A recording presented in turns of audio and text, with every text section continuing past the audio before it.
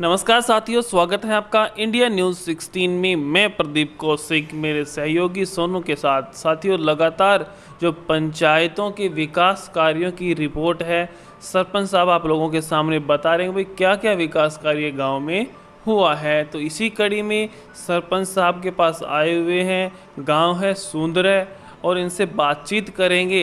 इनकी पत्नी है, वो है सरपंच, और इनके पिताजी ही काम को जो सरपंची का है वो ज़्यादातर देखते हैं। तो इनसे हम बातचीत करेंगे कि किस प्रकार से गांव में विकास कार्य हुए हैं।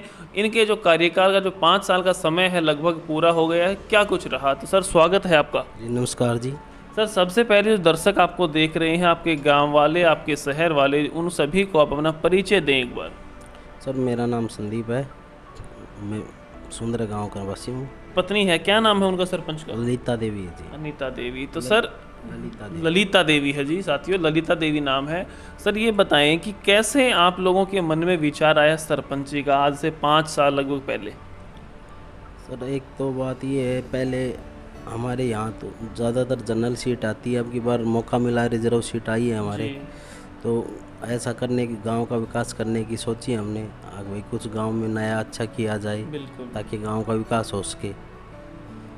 तो फिर आप कैसे आपके मन में कैसे विचार आई हुई मैडम को खड़ा किया जाए, घर वालों ने कैसे सपोर्ट किया, क्या कुछ घर वालों का उस टाइम का मानसिक बातें थी भी, खड़ा होंगे, खर्चा भी हो सकता है, क्या पता जीते हारे, आगे कैसे काम करोगे, आप तो गवर्नमेंट जॉब में हो, क्या करोगे आगे, ऐसे क्या क्या सवाल जो मन में आए थे? सर घर वालों का तो पूरा साथ रहा, बाकी गांव वालों का भी सब बहुत अच्छा साथ रहा है। हर कदम पे उन्होंने हमारा साथ दिया है, चाहे जो भी काम हो, पंचायत का हो या और बाहर का हो। सर, जिस प्रकार से मैं पूछूं आपसे, तो उस समय कितने वोट आपके गांव में आपको मिले थे और कितने प्रतिद्वंदी आपके सामने खड़े थे? सर 4 प्रतिद्वंदी थे हमारे सामने, हम 325 वोटों से विजय हुए थे। तो सर, कहीं ऐसा नहीं हुआ जिन लोगों ने आपके प्रतिद्वंदियों को वोट दिया था उनका काम नहीं हुआ हो, उनके फाइल पे साइन करने में कभी कोई परेशानी आई हो, ऐसा कुछ तो हुआ या नहीं हुआ? ऐसा कुछ नहीं हुआ जी, ऐसे पक्की बात है। हाँ जी। सर ये बताएं, जब आप काम शुरुआत हुई, सरपंच जी आपके पास आई, तो किस प्रकार से आपने उसको समझा और कैसे कार्यों की शुरुआत की गांव में? सबसे शुरू में तो हमने गली बनाने का ही कार्य किया था जी। उसके बाद धीरे धीरे एक 10 करोड़ की लागत हॉर्टिकल्चर का निर्माण करवाया जी। उसके बाद फिर हम शिक्षा को बढ़ावा देने के लिए हमने स्कूल में सीसीटीवी कैमरे लगवाए हैं। उसके बाद हमने जिन बच्चों के खेल कूद के लिए ग्राउंड की कार्य करवाया है। उसके ग्राउंड तैयार हो गया? हाँ जी, ग्राउंड तैयार है, अब उसमें ट्रैकिंग का काम चल रहा है जी। और एक बहुत ही अच्छा काम मैंने देखा है कि एक बागवानी आपके गांव में बनी हुई है, उसके बारे में बताएं थोड़ा। बागवानी हमारे यहाँ एक ही सेंटर है, ये बागवानी का दूसरा सेंटर या करनाल में, घरौंडा में है जी। इससे किसानों को बहुत फ़ायदा होगा। मतलब उन्नत किस्म के बीज, पैदावार, मतलब जो भी जानकारी लेना चाहे किसान अपने यहाँ से ले सकते हैं। तो आसपास के गांवों के लिए, शहरों के लिए भी एक बहुत ही अच्छी बात है कि ये एक ऐसा शेड्यूल यहाँ पे बना है जहाँ किसान ट्रेनिंग ले सकते हैं और यहाँ से पेड़ पौधे, बीज सब बढ़िया क्वालिटी का है वो ले सकते हैं। सर, और क्या क्या, कितनी क्या गलियाँ आपने बनवा दी, पानी की बात करें, बिजली की बात करें, स्कूल की, आंगनवाड़ी, जो चौपाल होती है, पंचायत भवन होते हैं, तो इनकी क्या कंडीशन है, क्या किस कंडीशन में आपको ये मिले थे? हमने एक तो बीसी चौपाल का निर्माण करवाया है जी। उसके बाद एक अम्बेडकर भवन का निर्माण करवाया है जी। उसके बाद हमने गांव में लगभग सभी गलियां पक्की करवाई हैं, ज़्यादातर कोई गली कच्ची नहीं है। और हमने यहाँ एक बच्चों के खेल जिम की व्यवस्था करवाई है। जिम की व्यवस्था चल रही है अच्छी तरीके से? हाँ, एक गांव में लगभग 50 साल से फिर बंद थी, उसको हमने वो चालू करवाया, उसको नई फिरनी बनवा के। नई फिरनी में वहाँ पे लोगों का कब्जा होगा पहले?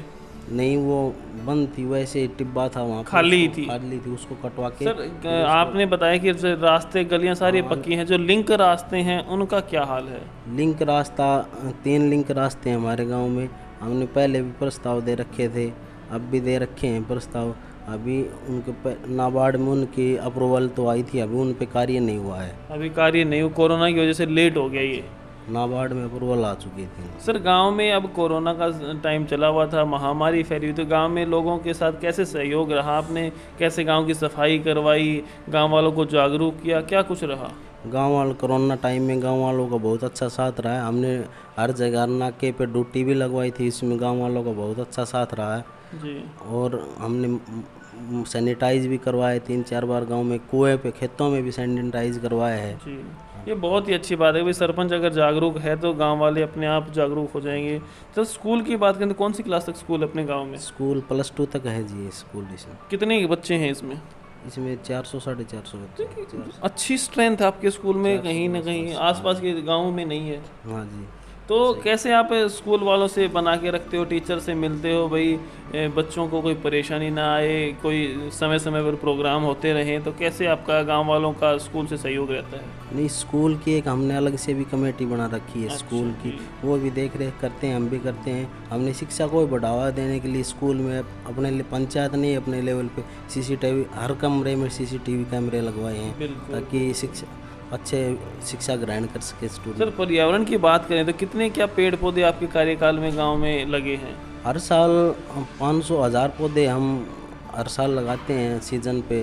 सर पेड़ पौधे लगाते हो या फिर उनका ध्यान रखने के लिए भी किसी को रखते हो या खुद ही रखते हो? नहीं, उनका ध्यान भी रखा जाता है। जो कुछ एक तो हम घरों के पास भी लगाते हैं, जो खुद अपने ध्यान घर वाले ध्यान रख लें। घर वाले कुछ ग्राउंड में लगाते हैं, अम्बेडकर भवन में लगाते हैं। तो सर मनरेगा की बात करें तो कितने क्या कर्मचारी काम करते हैं? मनरेगा में फिलहाल 30 के आसपास कर्मचारी हैं हमारे पास। 30 के आसपास है। हाँ। और गंदे पानी की निकासी का क्या हाल है? गंदे पानी का हमने एक सीवर लाइन मंगवाई थी पहले, तो यहाँ पानी भरा रहता था सड़कों पर। हमने एक सीवर लाइन स्टार्ट में शुरू में ही सीवर लाइन दबवाई थी पानी की निकासी के प्रबंध के लिए, और वो अब कोई दिक्कत नहीं है। सीवर लाइन दबने के बिल्कुल बाद सही चल रहा है, कोई परेशानी नहीं है, गांव में कहीं पानी नहीं भरा रहता। नहीं कहीं भाई। एक हमारे बवानिया रोड के पास थोड़ा बहुत वो पानी भरा, वो PWD की जगह है, उनको हमने प्रस्ताव भी दे रखा था, पहले भी दिया था। कहीं ना कहीं मैं भी काफ़ी बार आता हूँ, तो परमानेंट ही है वहाँ पे। हाँ, उस पे वहाँ ऊंचाई है, वो PWD वाले ही करें उसको नाले, जैसे बवानिया गांव में हो रखे है, जैसे ऐसे ही। बिल्कुल समझ गया मैं आपकी बात। सर जो पंचायती ज़मीन होती है जिससे इनकम सरपंच के पास आती है, तो कितनी ज़मीन अपने पास गाँव में? 50 किले के आसपास है हमारी। कितनी क्या इनकम आ जाती है?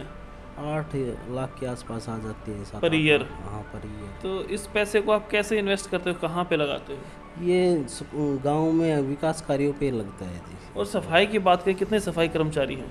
सफाई कर्मचारी 2 हैं जी। 2 हैं, तो पूरे गांव को कवर कर लेते हैं अच्छे तरीके से?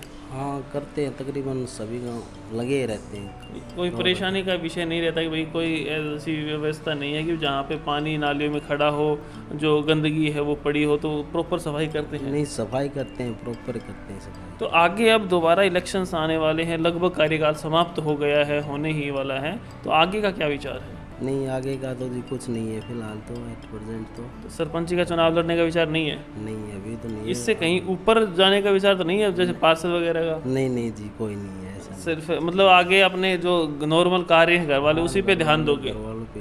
तो आज अगर लगभग समय पूरा होते बात करें तो कितने व्यक्ति जो गांव के हैं आपसे खुश हैं, आपसे चाहते हैं भाई ये सरपंच ने अच्छा काम किया, कितने %? गांव के तो लगभग तकरीबन व्यक्ति कहते हैं भाई सही काम किया है सरपंच ने।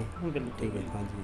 जिस प्रकार कुमार जी उन्होंने बताया कि गांव में किस प्रकार से विकास कार्य इनके कार्यकाल में हुआ है और आगे अब इनका कोई विचार नहीं है, सेवा गांव की इन्होंने की है और आगे ऐसे ही करते रहेंगे। और जो खबरें हैं उनके लिए देखते रहिए हमारे YouTube चैनल को। नमस्कार, धन्यवाद साथियों।